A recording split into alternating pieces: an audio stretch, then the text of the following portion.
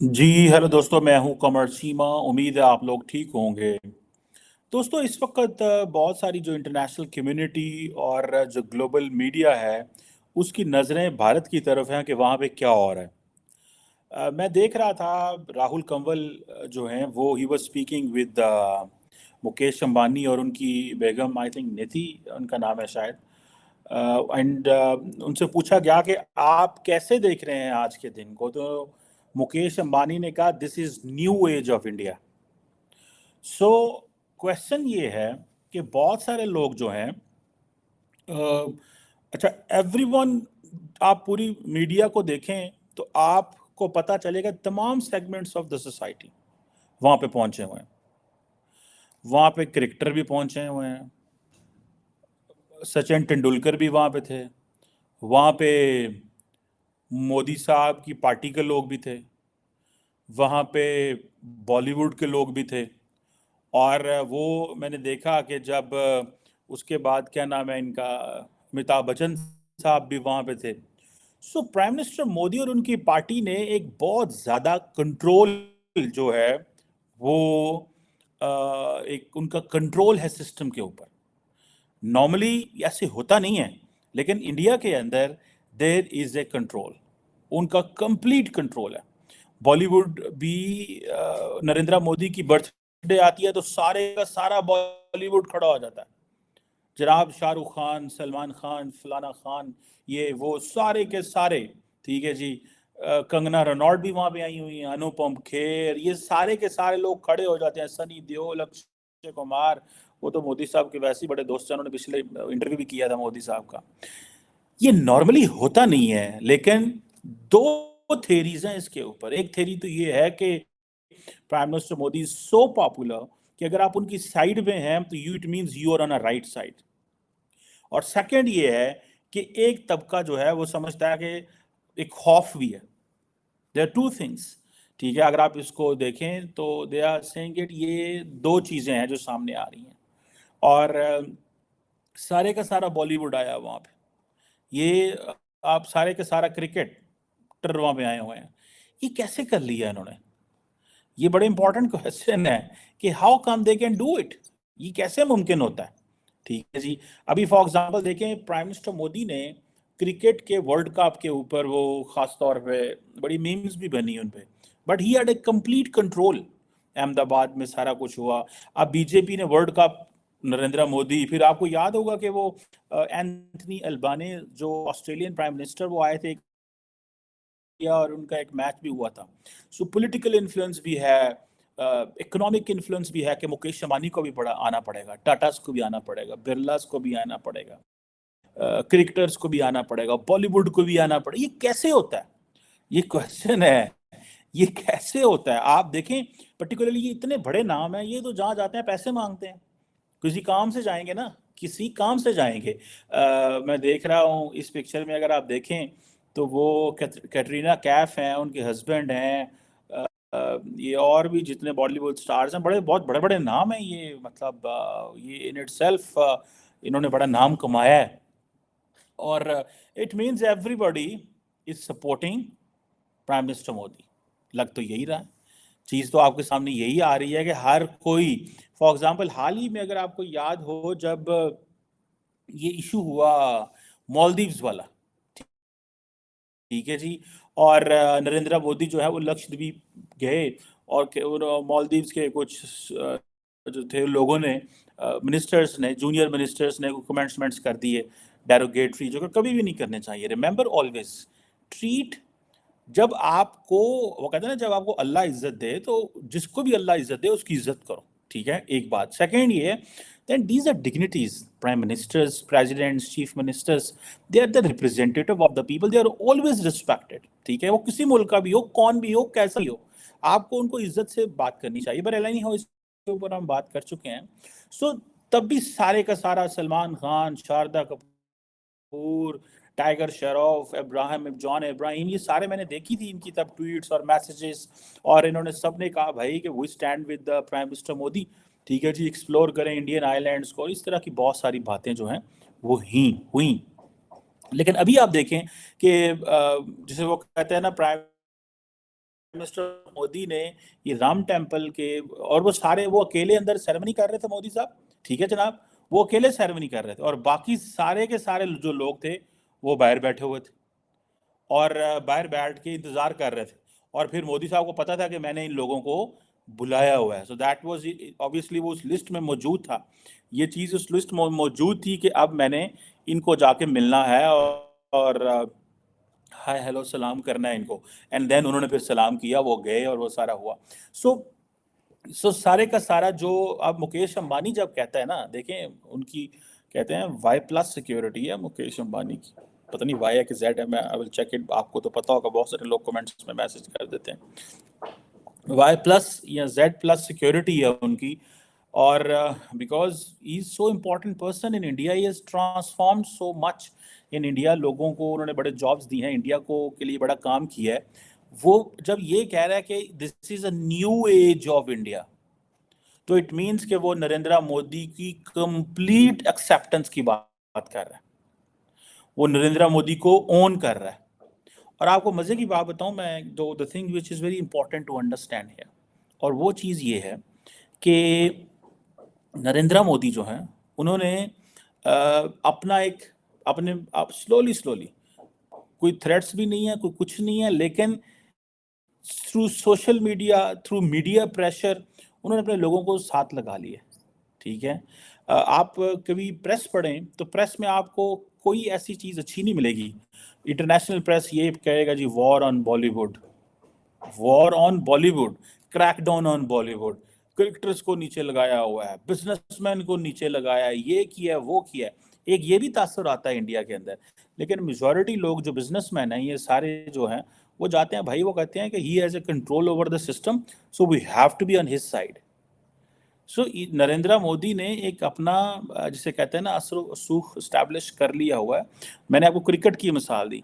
अब क्रिकेट क्या था, जिस दिन नरेंद्र वो इंडिया वर्ल्ड कप हारा, ठीक है, उसके बाद वो गए वहाँ पे, लोगों को जाके मिले, बातें की, खिलाड़ियों से थपड़ी दी, ये किया वो किया। फिर ख़ासतौर पे जो मुसलमान वो था, पता नहीं क्या नाम था उसका प्लेयर, उसको भी किया। फिर उन्होंने कहा जी आई थिंक वो यूपी का है क्रिकेटर, तो उन्होंने कहा जी ठीक है जी, उसके वो शहर में या गांव में हम जो है वो करेंगे, कुछ मैच करा देंगे, सॉरी स्टेडियम बनवा देंगे, सो हम उसको ये ऑनर करने जा रहे हैं, ठीक है। सो उन्होंने पूरा एक प्लान बनाया हुआ है कि कैसे हमने इंडिया को एक वो जो चीज़ वो करना चाहते हैं, एक अपना इन्फ्लुएंस एंड कंट्रोल चाहते हैं, वो किया है। ये चीज़ें मैं समझता हूँ कि ये दैट टेल्स कि ना तो इस वक्त इंडिया में कोई ऑपोजिशन है एंड ना ही कोई इस वक्त कोई ऐसा शख्स है या पॉलिटिशियन है हु कैन चैलेंज, ठीक है, और चैलेंज प्राइम मिनिस्टर मोदी, ठीक है जी। और ये चीज़ें जो हैं ये चीज़ें आपको बताती हैं कि कैसे निज़ाम, देखिए ना, $200 मिलियन प्लस की इन्वेस्टमेंट करा लेना, लोगों से पैसे इकट्ठे करा लेना, ठीक है, लोगों की वहाँ अटेंशन डाइवर्ट करा लेना, ये चीज़ें ऐसे तो नहीं होती। ठीक है, मुकेश अंबानी को तो शायद फ़ायदा हो रहा होगा, उसको तो फ़ायदा हो रहा होगा, उसके तो बहुत सारे उन्होंने बिजनेस डील्स लेनी होती हैं, ठीक है, जैसे अदानी के बारे में कहते हैं उन्होंने बिजनेस डील्स लेनी है। एंड देन ऑब्वियसली ये कोई ऐसे लोग नहीं है कि जिन्होंने जो कोई हुकूमत के पैसे से बने हैं, इन लोगों ने अपनी मेहनत की है, काम किया, लेकिन they have reach to this point कि इनकी और हुकूमत के दरमियान अब कोई फ़र्क नहीं रहता, बिकॉज हुकूमत ने जब भी कोई बड़ी चीज़ें करनी होती हैं तो इनसे करवाते हैं, because they have the capacity, they have the people, they have सारा इनके साथ वो सारी चीज़ें हैं, ठीक है। सो ये आप देख लें कि ये चीज़ें आपके सामने आएंगी और आपको ये पता चलेगा कि दैट्स हाउ इट इज़।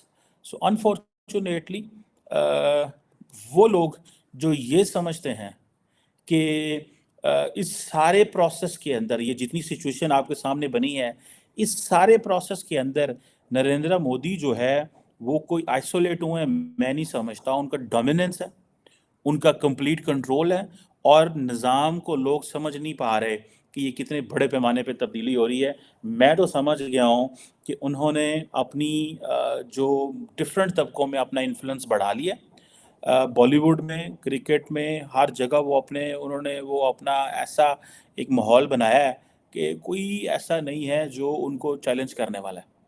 और समटाइम्स दिस इज, इसको हम मेजोरिटेरियनिज्म भी कहते हैं। I personally believe at times this is dangerous, because आपके मुकाबले में अपोजिशन ही कोई नहीं। अब वो जो है क्या नाम है कांग्रेस पार्टी के, वो ही इज अनइम्प्रेसिव पर्सन, मुझे वो कभी अपील नहीं किया। उसकी वजह ये है कि वो बातें अच्छी करता है, लेकिन उसके अंदर वो एक होती है जो एक पॉलिटिशियन के अंदर, जैसे हमारे इमरान खान थे, ठीक है। I don't like Imran Khan these days, because उन्होंने मुल्क के अंदर बड़ी तकसीम पैदा करने की कोशिश की, हालात को ख़राब करने की, लेकिन उन लोगों को उसके अंदर वो करिश्मा था, करिश्मेटिक लीडरशिप थी।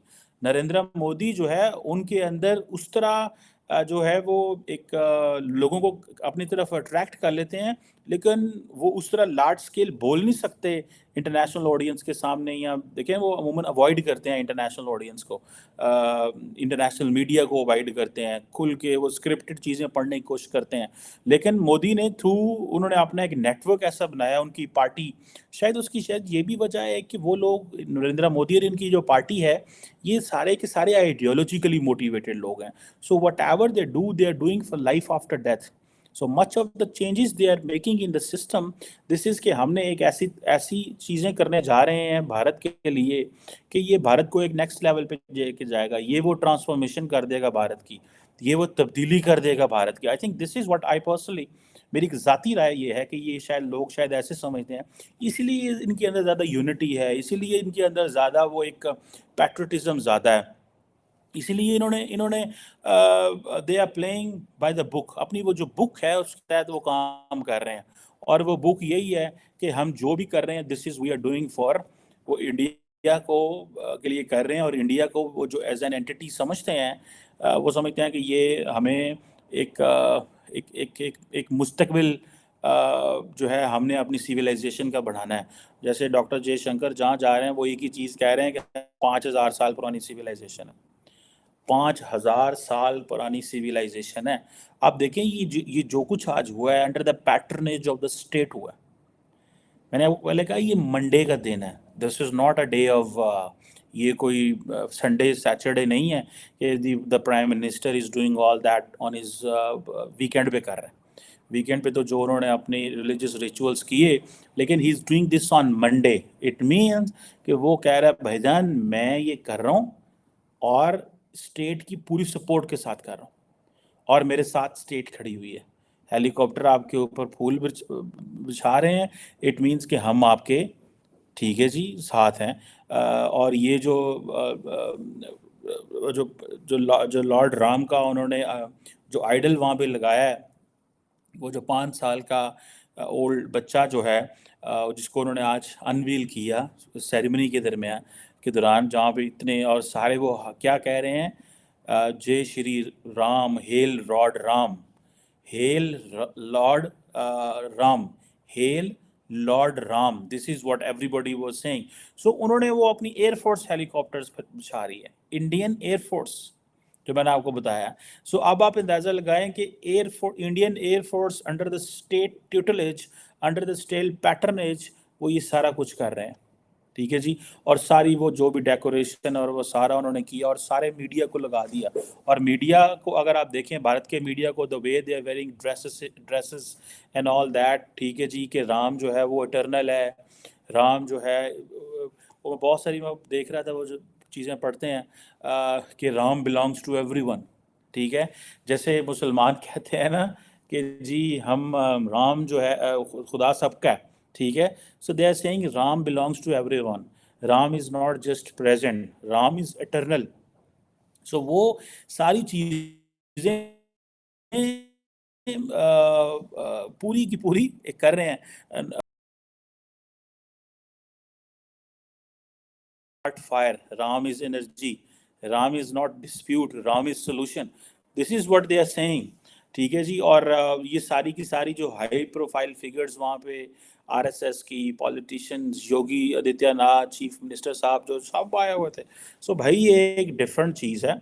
और ये न्यू एज ऑफ इंडिया जो है, इसमें रिलीजन है, इसमें सिविलाइजेशन है, इसमें इंडस्ट्री है, इसमें कॉमर्स है, इसमें वो अपनी, they are trying to bring their own values, they want to spread it across the world, ठीक है जी। और they are giving a new shape and idea to India. That is the new age of India. So अगर आप new age of India को explain करें तो जो अंबानी ने explain किया कि this is about Indian civilization, it is about India seen as an industry, it is seen India with the soft power, it is seen in India. ये वो चीज़ें हैं जिसकी वो बात कर रहे हैं. ये बड़ी लंबी मैं आपको बात बताऊं, ये एक इस समथिंग टू एक्सप्लोर कि पूरी की पूरी जो स्टेट है वो साथ खड़ी हो गई इनके. और अब देखते हैं कि जो इनके ओपोनेंट्स हैं वो क्या करते हैं. आज पाकिस्तान के फॉरेन ऑफिस ने भी एक स्टेटमेंट जारी की और उन्होंने कहा कि जो दुनिया को इसका नोटिस लेना चाहिए. ठीक है, मेरा ख्याल है कि वो जो पाकिस्तान का फॉरेन ऑफिस कह रहा है, the time has gone for that. किसी एक मुस्लिम वर्ल्ड ने 57 इस्लामिक स्टेट्स हैं, किसी एक 57 इस्लामिक स्टेट में से किसी एक ने भी ज्वाइन किया है कि भाई तुमने ये 500 साल पुरानी जो मस्जिद डिमोलिश की उसके ऊपर मंदिर क्यों बनाया? ये बड़े इंपॉर्टेंट क्वेश्चन है. So it means the way world is looking India, obviously Pakistan has shared a history with India. ठीक है, हमारी तो हिस्ट्री एक है ना. ठीक है, 1947 से पहले चले जाएं तो हम क्या हैं, सब इकट्ठे थे, साथ थे. हम कई दफ़ा कहते हैं, वो साजिद तारड़ साहब हमारे दोस्त कहते हैं कि we were together, we have one DNA, हमारा DNA एक है. ठीक है, आधे उधर हैं आधे इधर हैं, कुछ हमारे लगते लगाने उधर के, उनके रिश्तेदार इधर हैं, इनके रिश्तेदार उधर हैं. सो ये चीज़ें हैं. सो मैं समझता हूँ कि ये पाकिस्तान किसी भी 57 इस्लामिक ममालिक में से किसी एक मुल्क ने, आप मुझे बताएं, जिसने ये कहा हो कि पायन ए तो संकी कीता है. मैं that's why I am saying कि ये आपको ये जो ट्रांसफॉर्मेशन है इसको समझने की ज़रूरत है और आपको देखना है how the world is responding India. Nobody is responding India the way Pakistan is responding. So ये चीज़ें हैं ऑब्वियसली, क्योंकि हमारी सारी जो है वो एक हिस्ट्री यूनाइटेड है और फिर ख़ास तौर पे बाबरी मस्जिद के ऊपर पाकिस्तान ने एक पोजीशन ली रखी हुई है. सो कोई भी ऐसा मुल्क नहीं है जो इस तरह रिस्पॉन्ड कर रहा हो. सो मुसलमान दुनिया को इससे कोई नहीं है सरोकार कि आप क्या कर रहे हैं क्या नहीं कर रहे हैं. उन्होंने ठीक है, हमें कारोबार करना है इंडिया से, हमें इन चीज़ों से क्या गर्ज है, हमें बिज़नेस करना है. हाँ, वो इंडिया को एज ए बिज़नेस प्लेस देखते हैं, वो इंडिया को एज इसलिए एंगल से नहीं देखते कि ये जनाब क्या है. कि उनको इन चीज़ों से कोई गर्ज नहीं है. उनको इस चीज़ से गर्ज है कि जाएंगे तो क्या मिलेगा वहाँ से, कैसे कारोबार होगा, क्या हमें अपॉर्चुनिटी मिल सकती है, हम इनको कैसे इंगेज कर सकते हैं और इनको हम अपना चूरन अपना माल कैसे बेच सकते हैं. इंडिया एज ए मार्केट को हम माल कैसे बेचता है. मोहम्मद बिन सलमान इस बॉलीवुड को देख रहा है कि ये मेरे सऊदी अरब में आके फिल्म इंडस्ट्री को कैसे चलाएंगे.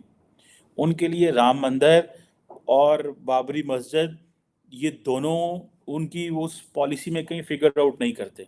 उनकी पॉलिसी में ये फिगर आउट करते हैं कि कतरीना कैफ, सलमान खान, शारदा कपूर और इन लोगों को हमने सऊदी अरब कैसे लेके जाना है. That's how they are looking. वो कहते हैं कि हम सचिन तेंदुलकर और जो बाकी क्रिकेटर हैं, हमने ये उनको सऊदी अरब कैसे लेके जाना है ताकि हम उनसे जाके अपना क्रिकेट वहाँ पे कराएं. अगर तो सऊदी अरब और मोहम्मद बिन सलमान और OIC ने कोई स्टेटमेंट जारी की तो मुझे भी बताइएगा. So I think that's a complete different world in India. बिल्कुल डिफरेंट चीज़ है. इसको समझने की ज़रूरत है. इसको जितना जल्दी समझेंगे, जितना ज़्यादा अच्छे तरीके से समझेंगे और इसके क्या प्लस माइनस हैं इनको समझें, जानने की ज़रूरत है. मैं ज़ाती तौर पे मैं इस चीज़ को समझता हूँ as a student of politics. इन चीज़ों को समझना है कि ये जो ट्रांसफॉर्मेशन है, how we have to place ourselves. And जो पाकिस्तान बात कर रहा है, where it is being heard and listen and how the world is responding to us, to the concerns we are raising, उनकी क्या है. या फिर ये है कि ये क्या पाकिस्तान ऐसे ही कंसर्न रेज करता रहेगा. मतलब ये एक बड़ी मैं समझता हूँ it's an interesting times to see India particularly. And I really believe कि ये अप्रैल मई तक जब इलेक्शंस हो रहे हैं भारत में, it will be further interesting to see what's going there. Thank you.